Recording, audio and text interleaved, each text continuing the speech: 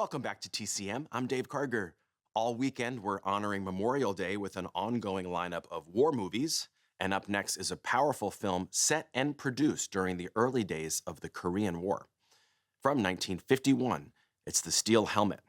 Gene Evans gives the first starring performance of his career as a battle-hardened American sergeant who tries desperately to fight off communist soldiers while trapped behind enemy lines in North Korea.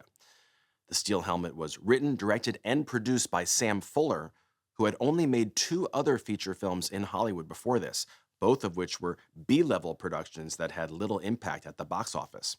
But in 1950, in response to the recent outbreak of the Korean War, Fuller rushed to work making a film that would establish him as one of the great war movie directors in the business.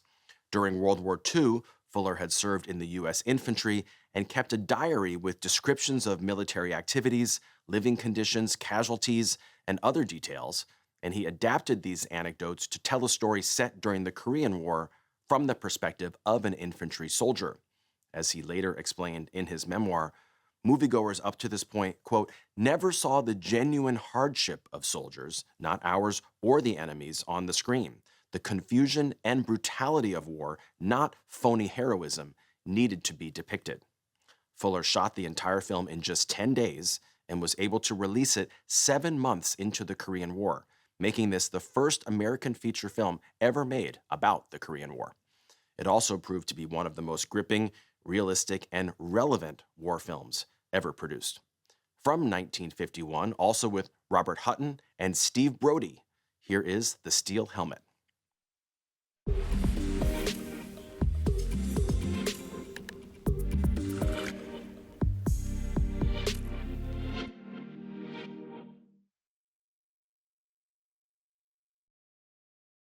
The Steel Helmet was an ambitious B-movie that was shot in a rented Hollywood studio on just 2 movie sets, a forest and a Buddhist temple, in addition to Griffith Park in Los Angeles. Beyond that, the film was supplemented with stock footage of soldiers in combat.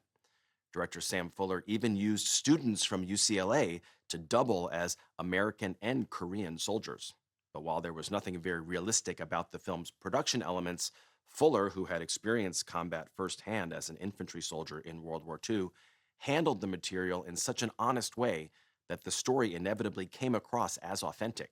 He knew how difficult it would be, especially on a small budget, to show realistic scenes of combat on screen, so he decided to approach the production in a more personal way, drawing on his own experiences and focusing on the emotions of the soldiers struggling in brutal conditions.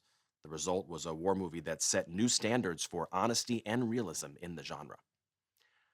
Up next, James Garner plays a World War II hero in a film from 1958, directed by William Wellman. Next on TCM, Darby's Rangers, then Take the High Ground, and later, Wartime Looney Tunes. Daffy gets drafted on TCM today.